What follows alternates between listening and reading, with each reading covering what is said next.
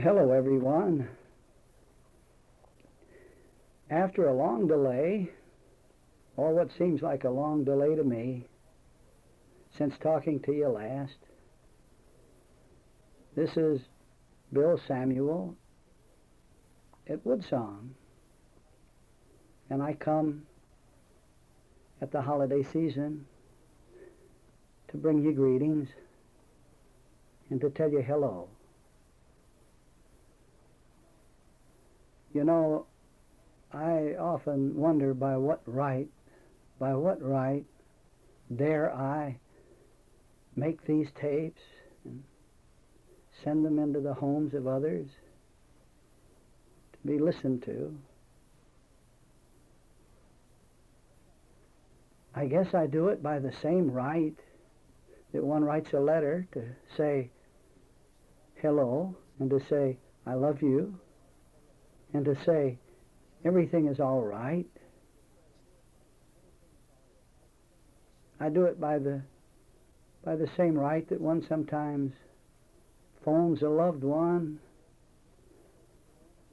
because the urge comes to do it. And I guess that's why I do it.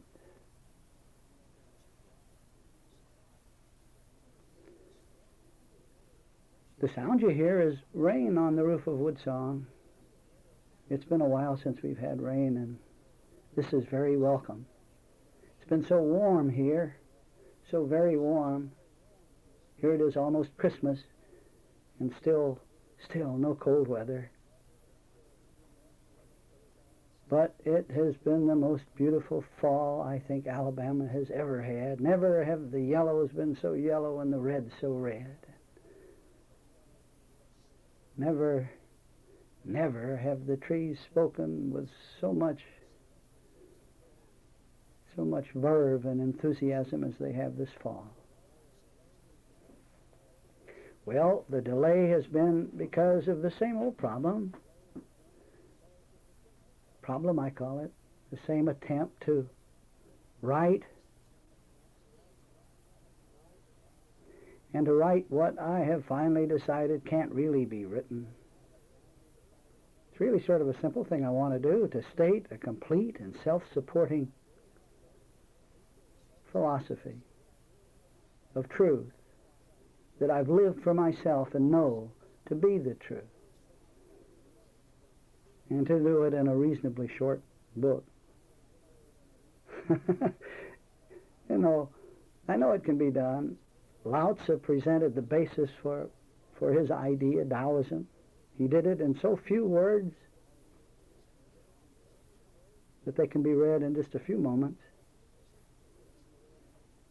Oh, it may take a lifetime to fully comprehend those few words, but they nonetheless contain all that is necessary to understand, else the great schools of Taoism wouldn't exist. And I look at all these mountains of papers I've written over the years, and I just wonder how can they be compressed into a few pages, just a few, that express the original idea. Well, whether it ever gets done or not really doesn't make much difference. It's the effort that matters. And I'm making the effort.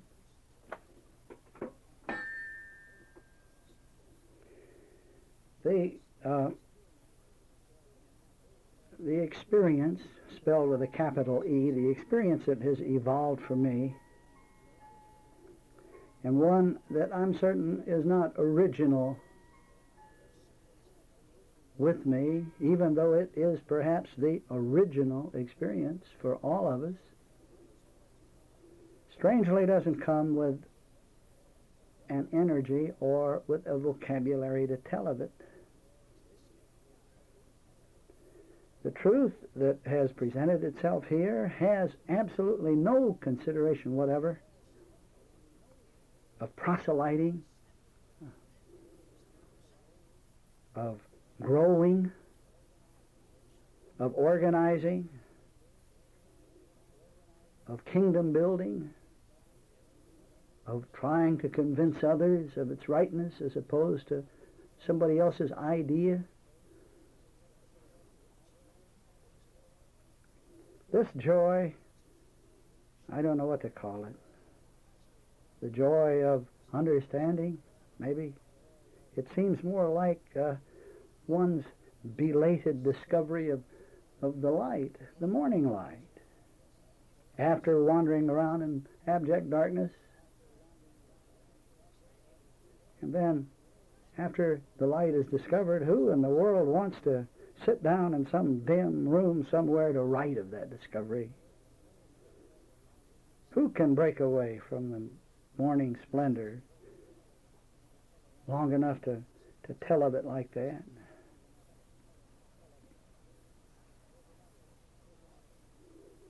There's another thing. It's, you know how a hush comes over an audience just as the curtain rises?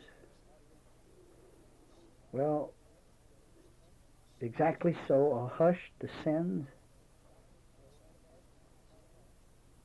on the heart of us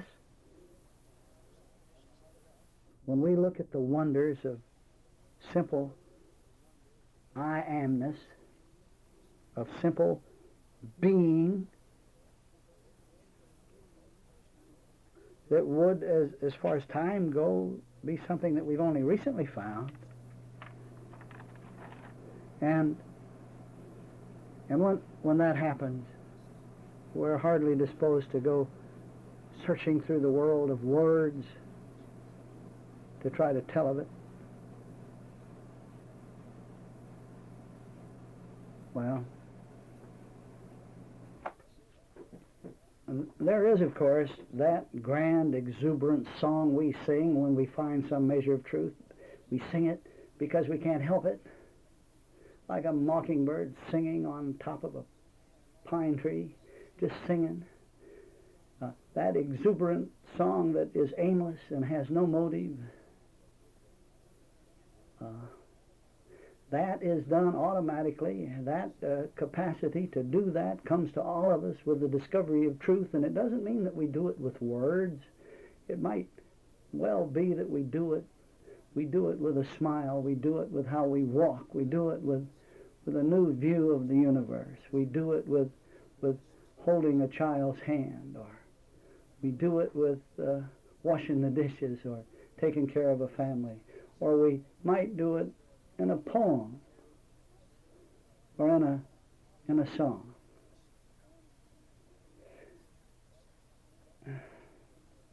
But I guess in simpler words, like Lao Tzu, all of us would prefer to just, once the truth is discerned and seen for the beauty and the wonder it is, we would prefer to lean against the fence post and enjoy the meandering rivers spread before us, than to look away from it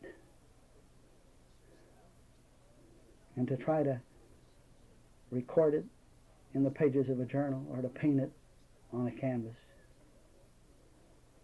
Therefore, it seems to me, and I want to be careful how I say this, so please listen gently, that most of the books which purport to tell others how to arrive at the truth were not written out of this great special sacrifice of song singing like the mockingbird, but were for the very largest part written to establish an ego or to create and build a following, or to establish a personal kingdom for oneself, or to make money in the world. There are those who see something grand, and then, like the lark, a wing, or the poet, filled with joy, simply sing it and write it and shout of it and tell the world of it. Now, I don't mean that those statements are the ones that are full of aim and motive. What I mean is that those statements are very seldom found because they are so seldom published. They're not popular. They're not commercial. They're not commercial because they aren't popular, and that's why they're not published. Even though even though the song they sing just may be the elixir the entire world seeks and seems, at least seems in these days, to need so desperately.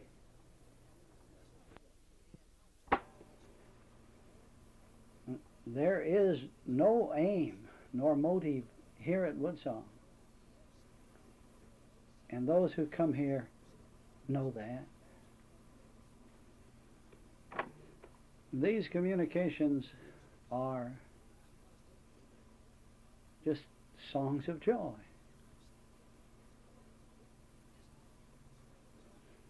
Like the mockingbird song thrown out on the wind. They are a statement of all rightness, of God's all readiness. They are a statement of guiltlessness, a statement that everything is all right,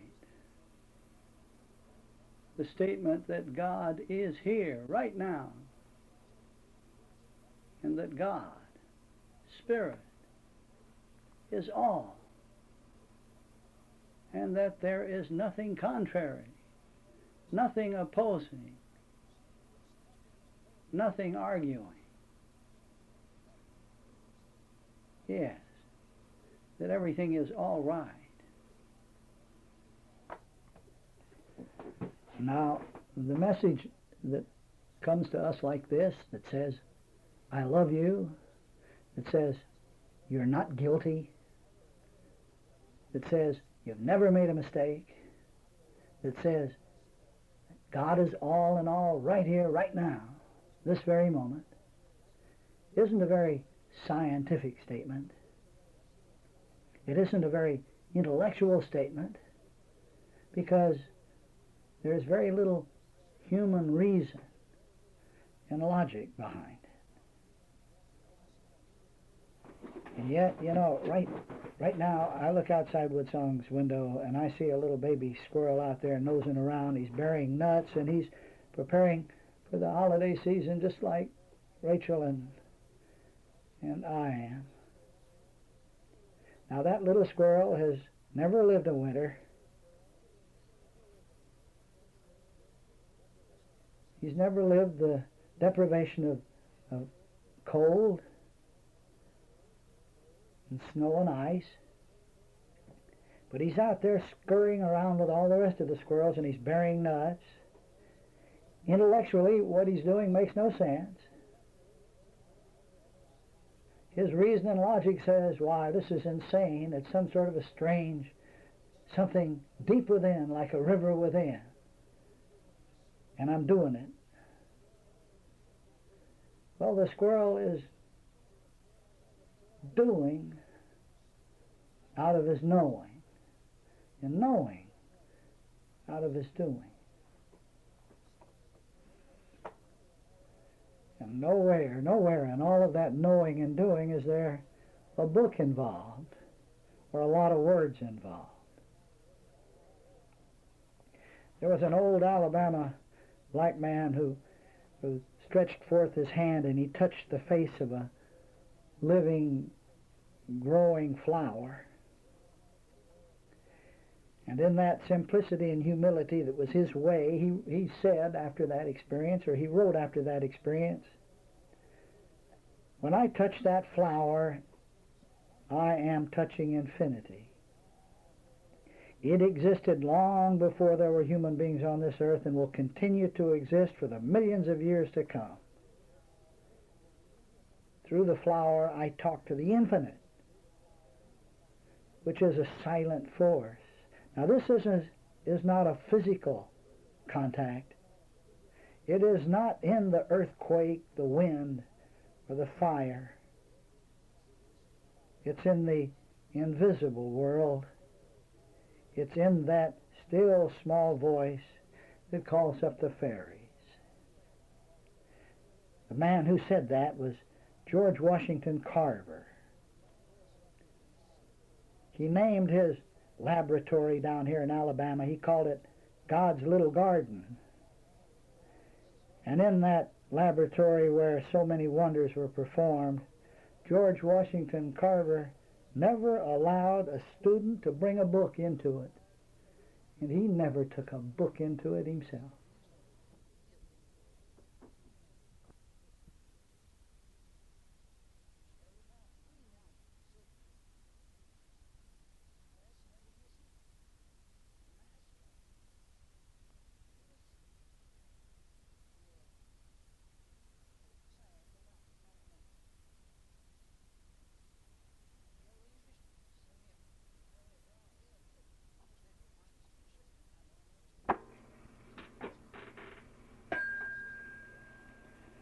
Well, from what you heard on the other side of this tape, one might conclude that I'm disparaging the worth of books.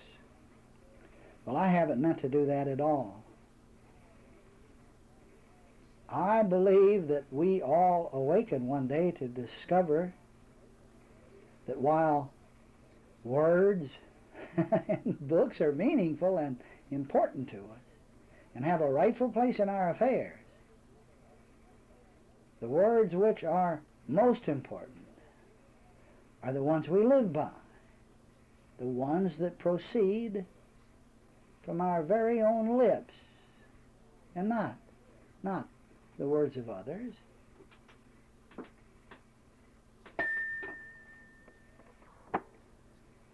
Well, here it is, Christmas again, almost. Walt Whitman called it the sweet season. But all time is Christmas time. The temporal day, what does Christmas stand for? What does it mean? It marks that time in our affairs when the Christ light was consciously awakened to. Christmas, the temporal day itself, merely marks the Christ light awakened to and recognized. Not an historic Christ indwelling a finite body, but the light of Christ, the truth of identity. Christmas marks our recognition of this fact. It's our own day. It's our own holy day. It's our own whole day. It's our own holiday supreme. Indwelling light, being all, light of all, light of each, light of everyone, and everything. The day itself, that December day, is no more unique than any other day. Every moment is truth's moment. And you know, every season marks the Christ in some special way. Take this moment, for instance. Outside, I see a yellow leaf falling softly, silently. It's a little tree's gift to the earth. Spirit's reciprocity. But now, this is not to deny that there's a very special happiness about the holiday season. It seems a time when a greater portion of our tangible selfhood begins to think of others. It's a time when we subdue that old fictitious Ebenezer for a spell. It's a time when we take time to put twinkles on the branches of green cedars and into the eyes of little tiny Tims. This is the time that we acknowledge and admit and respond to the twinkle in the gentle eyes of agelessness.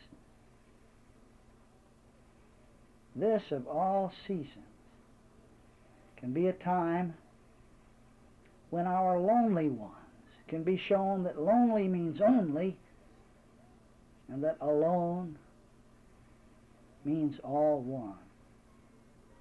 Jesus Jesus spoke of the kingdom of heaven as a movement and a rest. Well, yes, this is the season for coming home. This is the season of the prodigal's return, wherein he finds that he has never really been away. This is the time when family and friends gather around the hearth. Somehow, heart and hearth go together, don't they? Just like laughter and tears go together. The same way warm embraces and runny red noses are a part of the holiday scene. And while this is a time for that, it is always a time for that. Because when is a twinkle? When is a twinkle out of season? When are the tears of happiness out of stock? And when is love light, not the living teacher on the scene? And what is the passing of years but the child lived longer? So, this season, while the trees rest and friends and families come together again, we take special note of the peace on earth that this now moment is. This holy now. This whole now.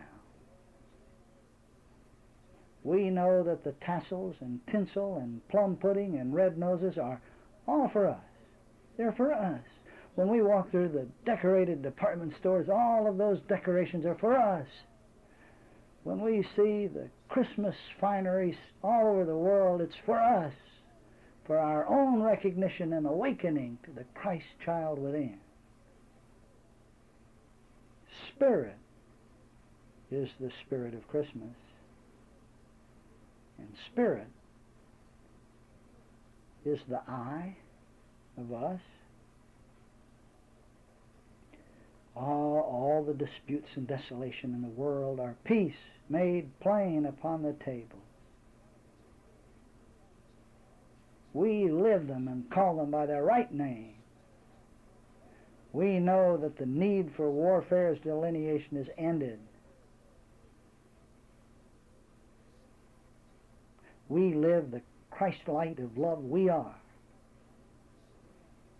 And in so doing, the millennium, the fabled millennium, continues.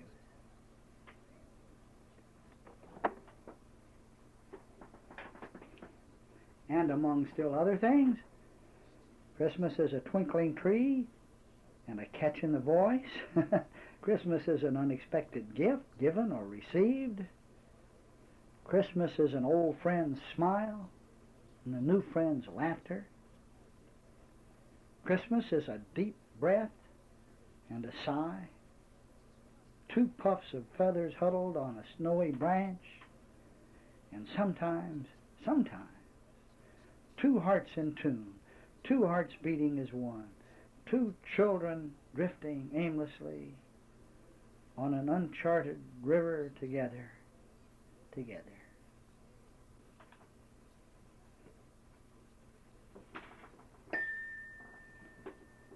And speaking of drifting on the river, many of you will remember the days I lived aboard Lollygog. For 10 years, the notes from Lollygog were written aboard a little houseboat on the Coosa River called Lollygog. Now, the affairs of Rachel and me are such that it would seem very wise to go back down to the primal river of life and there spend time again on the river. So now another little houseboat is coming to our affairs. Her name is Aimless. Sweet Aimless. That has neither motive nor aim nor destination. Sweet Aimless. And as the days go on and as time passes, you'll hear from us, from Aimless. We'll let you hear the sounds of the early morning on the river. We'll let you hear the wind through the trees along the banks. We'll let you hear the bullfrogs and the crickets, and maybe the fish jumping, maybe even the night cry of the loons. That's a promise. But Rachel and I will be going back down to the Coosa River for a time. For a time.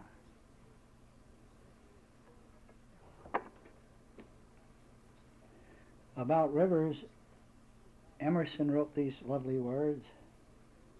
The river knows the way to the sea. Without a pilot, it runs and falls, blessing all sands with its charity. And Robert Louis Stevenson, in a little poem, infinitely more complex than its simple word sound, writes, dark brown is the river, golden is the sand. It flows on forever with trees on either hand, green leaves a-floating, castles on the foam, boats of mine a-floating. When will all come home? On goes the river and out past the mill, away down the valley, away down the hill, away down the river, 100 miles or more. Other little children shall bring my boats ashore. And, of course, you might guess that Thoreau would mention rivers. I conclude this short tape to you with these words from Thoreau. And oh, how I mean them. As I love nature, as I love singing birds and gleaming stubble and flowing rivers and morning and evening and summer and winter, I love thee, my friend. I love thee.